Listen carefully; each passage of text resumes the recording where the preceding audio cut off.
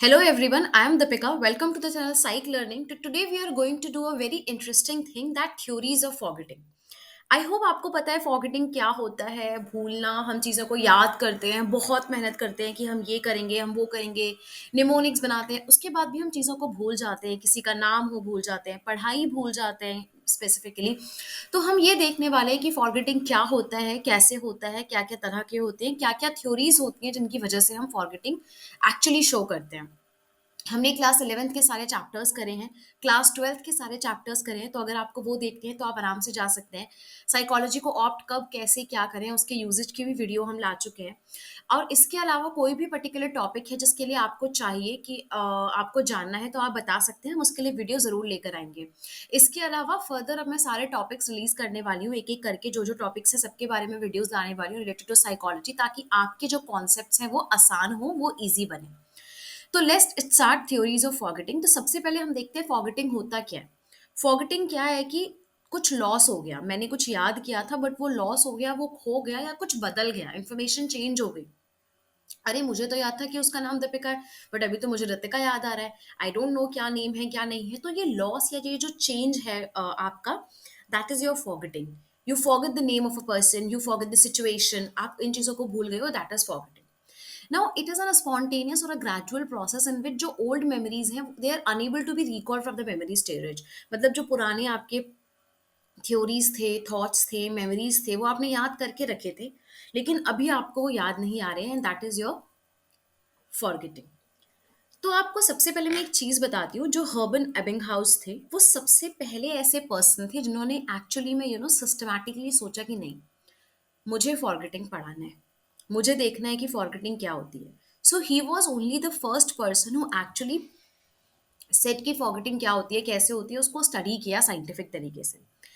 तो डेफिनेटली उन्होंने क्या किया, उन्होंने अपने ऊपर स्टार्ट किया, बिकॉज उनके पास बहुत ऑप्शंस नहीं थे कि वो कितनों को ला सकते थे या कर सकते थे, या शायद थे भी तो option they prefer he prefer to do by their own self. तो उन्होंने खुद पे ही कुछ वर्ड्स लर्न करे और खुद ही उन्होंने वो वर्ड्स जो हैं वो कुछ टाइम के बाद रिकॉल करने का कोशिश किया।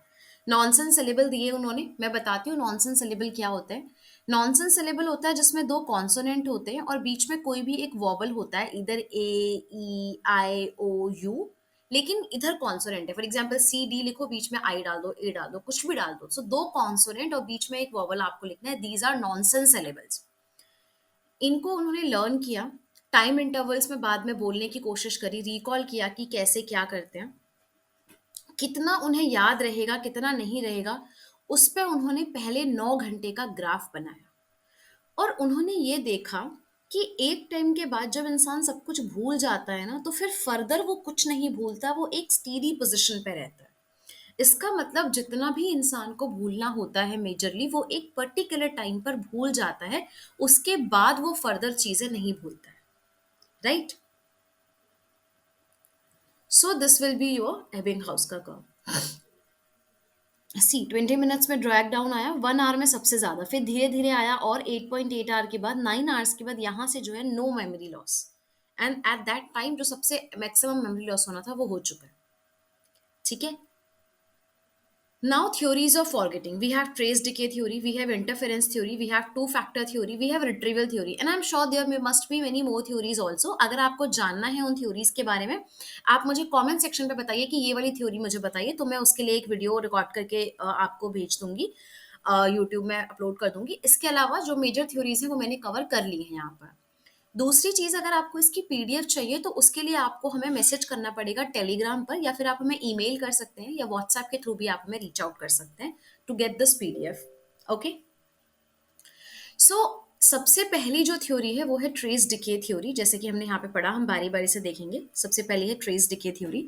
सो ट्रेस डिके थ्योरी एक्चुअली ये बोलती है कि भाई, हमने जो चीज याद करी है ना, वो याद मुझे मेरे ब्रेन में हुई है। मतलब मेरे ब्रेन में ट्रेसेस बन गए। जैसे फॉर एग्जाम्पल मैंने कैट की स्पेलिंग याद की तो यहाँ पे कुछ ट्रेस बन गया। मतलब वो कहते हैं कि जो लर्निंग है वो लर्निंग एक्चुअली मेरे ब्रेन का कोई ना कोई पार्ट में हुआ है। तो एडवर्ड थॉर्नडाइक ने ये थ्योरी दी थी 1914 में। ठीक है। उसके अलावा इसे हम डिसयूज थ्योरी भी कहते हैं, और ये सबसे पहली थ्योरी थी फॉरगेटिंग की। और कंसोलिडेशन भी ना इसी को बोलते हैं। अब मैं बताती हूँ, देखो कंसोलिडेशन क्या होता है कि आपने कोई चीज लर्न करी और वो चीज आपके ब्रेन में जाके पार्ट हो गई, दैट इज योर थ्योरी जो हम बात कर रहे हैं। मतलब ये कह रहे हैं कि आप कोई चीज लर्न करते हो तो एक्चुअल ब्रेन में चेंजेस आते हैं आपके, ठीक है, सेंट्रल नर्वस सिस्टम में चेंजेस आते हैं। मतलब वो फिजिकल चेंजेस होते हैं, मतलब जो आपने लर्न किया है वो चेंजेस फिजिकल चेंजेस की तरह दिखते हैं। तो जब मेमोरी ट्रेसेस यूज नहीं होते हैं बहुत लंबे समय तक तो वो सिंपली फेड अवे हो जाते हैं या अनअवेलेबल हो जाते हैं, वो हमें याद नहीं रहते, राइट। अब इसकी लिमिटेशन क्या हुई कि इसके हिसाब से फॉरगेटिंग जो होनी है अगर वो डिसयूज की वजह से है, तो जो इंसान बोल मतलब पढ़ने के बाद कोई चीज लर्न करने के बाद सोने जाए, आइडियली देखा जाए तो वो सब कुछ भूल जाना चाहिए, राइट। लेकिन जब ये चीज पाई गई कि जो लोग पढ़ाई करके सोने चले जाते हैं वो और लंबे समय तक चीजों को याद रखते हैं, तो ये थ्योरी तो गलत हो गई। दैट इज द पॉइंट जहां पर इस थ्योरी को जो है वो डिस्करेज किया गया एंड उसको नहीं वो किया गया, तो रिजल्ट जो है वो ऑपोजिट आए। इसलिए उन्होंने क्या बोला कि भाई आप पढ़ने के बाद सो सकते हो, उससे मेमोरी आपकी तेज होती है। तो और नई थ्योरीज आई। Then you have interference theory. So interference theory में क्या है, जॉन ए बर्गस्टॉर्म ने ये इंटरफेरेंस थ्योरी पढ़ी थी 1892 में। उन्होंने कहा कि कभी भी हम कोई चीज लर्न करते हैं ना, जैसे आज आप कार चलाना सीख रहे हो, कल आप बाइक चलाना सीख रहे हो, परसों आप ट्रक चलाना सीख रहे हो, फिर आपने सोचा चलो प्लेन उड़ाते हैं, तो ऐसे आप अलग अलग चीजें जब करते हो, फॉर एग्जाम्पल आप इंग्लिश पढ़ रहे हो, फिर मैथ्स, फिर साइंस, फिर एसएसटी, तो जब आप अलग अलग सब्जेक्ट्स की पढ़ाई करते हो तो जब वो आपस में मिल जाते हैं, that is your interference come, okay. वो पोजीशन होती है जहां पर इंटरफेरेंस जो है वो रोल प्ले में आता है। फॉर एग्जाम्पल आपने कुछ लर्न किया, दूसरी चीज ने भी आया, अब क्या किया, आपने कुछ लर्न किया, दूसरी चीज आपको पहले से आती थी, आपने कुछ नया लर्न कर लिया, वो सब आपस में खिचड़ी बन गई, दैट इज इंटरफेरेंस। लेकिन ये खिचड़ी क्या होती है, या जो इंटरफेरेंस क्या होता है, ये दो तरह के होते हैं। One is you have proactive interference and second is you have retroactive interference. And as the name suggests, proactive is forward moving and retroactive is backward moving. So when it is saying forward moving, mean there is something जो आपने पहले learn किया है वो आपकी नई learning को problem कर रहा है। एंड बैकवर्ड मूविंग इसके आपने कोई नई चीज लर्न करी है तो आपकी पुरानी चीज में प्रॉब्लम कर रहा है। मैं एक एग्जांपल देती हूँ, आप सिंपल से समझो, नहीं समझ में आएगा तो मैं दोबारा समझा दूंगी, जस्ट मुझे लेट मी नो कि आपको नहीं समझ में आया है, तो आप कमेंट सेक्शन पे मुझे बता दीजिएगा। एंड प्लीज समझ में आ गया है अगर तो भी मुझे इन्फॉर्म करिए कि yes we got it. Proactive interference जो होता है वो क्या होता है बेसिकली कि भाई मैंने पहले मान लो बाइक चलानी सीखी, अब मैं कार चलानी सीख रही हूँ, तो बाइक चलाने की वजह से कार को जब मुझे चलाना होता है तो मैं उसे भी ना बाइक की तरह करने की कोशिश करती हूँ, दैट इज प्रोएक्टिव। रेट्रोएक्टिव ये होता है कि मुझे गाड़ी चलानी अब आती है, तो अब जब मुझे कोई बाइक के लिए बोलता भी है, मतलब मैं गाड़ी चलाती हूँ, तो क्या होता है कि मैं गाड़ी में क्या करती हूँ, मैं बाइक वाले स्टंट करने लगती हूँ, क्योंकि मुझे पहले बाइक आता था लेकिन अब मैं गाड़ी चला रही हूँ, तो मैं उस गाड़ी को जो है उसकी तरह कर रही हूँ, ठीक है, ओके। सो इसका मतलब मैंने क्या किया, मैंने उसमें वो कर लिया जो पहली वाली चीज़ है, ठीक है।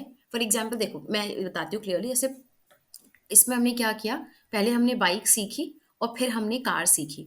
तो प्रोएक्टिव में क्या होगा कि जो आप बाइक चला रहे हो आप उसी तरह से कार में भी चीज़ें करोगे, आप नहीं सीख पाओगे। रेट्रोएक्टिव में क्या होता है कि क्योंकि अब आपको कार चलानी आ गई है, अब आपको कोई बाइक पकड़ाएगा तो आप उसमें भी क्या करोगे, कार की तरह चीजें करोगे। आई थिंक मैंने रेट्रोएक्टिव पहले उल्टा बोला, बट आई होप यू समझ, यू अंडरस्टूड दिस अभी, कि कार में अगर चला रही हूँ अभी, तो मैं क्या करूंगी, अगर मुझे कोई बाइक देगा ना तो मैं कार की तरह बाइक चलाऊंगी। क्यों, क्योंकि रेट्रोएक्टिव है। मैं क्या कर रही हूँ कि मैंने नई चीज लर्न कर ली, अब उस नई चीज की वजह से क्या हो रहा है, मैं पुरानी चीज में भी वही चीज लगा रही हूँ जो मैं नई चीज में लगाती हूँ, दैट इज आगे से कोई चीज पीछे की तरफ जा रही है। Yes, it sounds confusing but ये कंफ्यूजिंग नहीं है, बहुत अंडरस्टैंडिंग है। Then we have two factor theory. Two factor theory जो है वो मिल्टन एंड इरविन ने दी है, एंड ये भी एक्चुअली इंटरफेरेंस की तरह ही काम करती है, बट थोड़ा सा इसमें एक टेस्ट है, मैं बताती हूँ। ये मेनली फंक्शन करती है जहां पर दो तरह की लिस्ट आप याद कर रहे हो या दो तरह के सब्जेक्ट आप याद कर रहे हो। इन्होंने बोला कि दो चीजें इंपॉर्टेंट होती है जब हम दो चीजें लर्न करते हैं, दो अलग अलग तरह की चीजों को लर्न करते हैं। पहली होती है unlearning of first list during second list. For example मैंने तुम्हें पहली कोई चीज लर्न करी, मैंने बोला ABCD आप याद करो जेड तक, उसके बाद मैंने बोला 1 to 100 याद करो। तो जब आप ABCD लर्न कर रहे हो ना, आप उसे पूरा भूल जाओ जब आप 1 to 100 लर्न कर रहे हो, समझ गए, पहली चीज। दूसरी, दे आर सेइंग कि फर्स्ट और सेकंड लिस्ट में रिकॉल के टाइम पे कंफ्यूजन रहता है। कैसे, मैं बताती हूँ, देखो for example they are saying कि अगर आप बोल रहे हो ABCD 3 4, मतलब बीच में आपने नंबर स्टार्ट कर दी, मतलब आपने लिस्ट दोनों अलग अलग लर्न करी थी लेकिन आप उसे रिकॉल के टाइम पे ना मिक्स करके बोल दे रहे हो। तो ये कंपटीशन की वजह से आप चीज़ों को भूल जाते हो या आपको कंफ्यूजन रहती है। समझ आ गया? Then you have retrieval theory. Retrieval theory जो है वो टल्विंग ने दी है, एंड ये सबसे लास्ट वाली चीज़ आती है कि आपने सब कुछ लर्न किया, सब कुछ मेहनत करी, लेकिन जब आप उसे बता रहे हो ना, tip of the tongue phenomena होता है, याद है बट याद नहीं आ रहा है, that phenomena is for the retrieval theory. कि मुझे याद है बट मुझे उसके लिए रिट्रीवल क्यूज नहीं मिल रहे हैं कि मैं उसको लर्न कर पाऊँ, मतलब उसको अपने जबान पे ला पाऊँ। तो इसीलिए हम बोलते हैं कि आप अच्छे से ना क्यूज को लर्न करिए, निमोनिक्स के साथ साथ और भी थोड़े तरीके अपनाइए कि अच्छा हाँ, इससे मुझे याद आ जाएगा, उससे मुझे याद आ जाएगा। आप समझ रहे हो? दैट इज रिट्रीवल थ्योरी, जहां पर हम रिट्रीव चीजों को करने में प्रॉब्लम होती है। लर्न है सब कुछ बट रिट्रीव नहीं हो रहा, इसका मतलब इनफ रिट्रीवल क्यूज नहीं है। ओके। आई होप आपको सारी थ्योरी समझ में आ गई हैं। जो नहीं समझ में आई है वो आप हमें कमेंट सेक्शन पे बता सकते हैं, और जो समझ आ गई है वो भी आप हमसे बता सकते हैं कि आपको समझ में आ गया है, so that we can know okay that our video are going to be helpful to all of you. And और भी ऐसी वीडियोस के लिए आप लाइक करिए, शेयर करिए, सब्सक्राइब करिए चैनल को, एंड ऑल्सो हमें कमेंट पे बताइए कि कोई पर्टिकुलर टॉपिक आप चाहते हैं कि उसमें मैं डिटेल एक्सप्लेनेशन लेके आऊँ। Thank you so much for watching the video. Take care, bye bye.